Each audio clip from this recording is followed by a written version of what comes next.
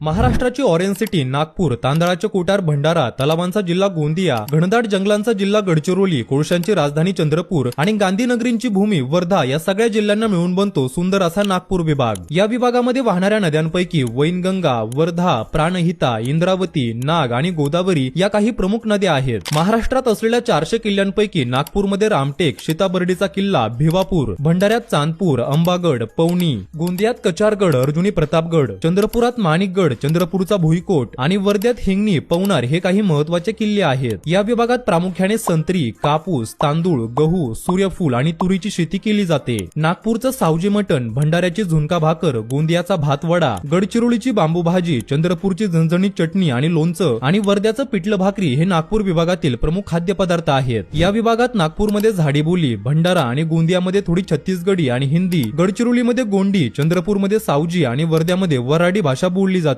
महाराष्ट्राच्या एकूण एरियापैकी 16.69% एरिया या विभागाकडे येतो, पण महाराष्ट्राची 60% खनिज संपत्ती याच विभागामध्ये आढळते। नागपूर हा या विभागातला सर्वात श्रीमंत तर गडचिरोली सर्वात गरीब जिल्हा आहे। या विभागात गडचिरोलीमध्ये सर्वात जास्त पाऊस पडतो तर वर्ध्यामध्ये सर्वात कमी पाऊस पडतो। तर नागपूर विभागातल्या तुमच्या मित्रांना हा व्हिडिओ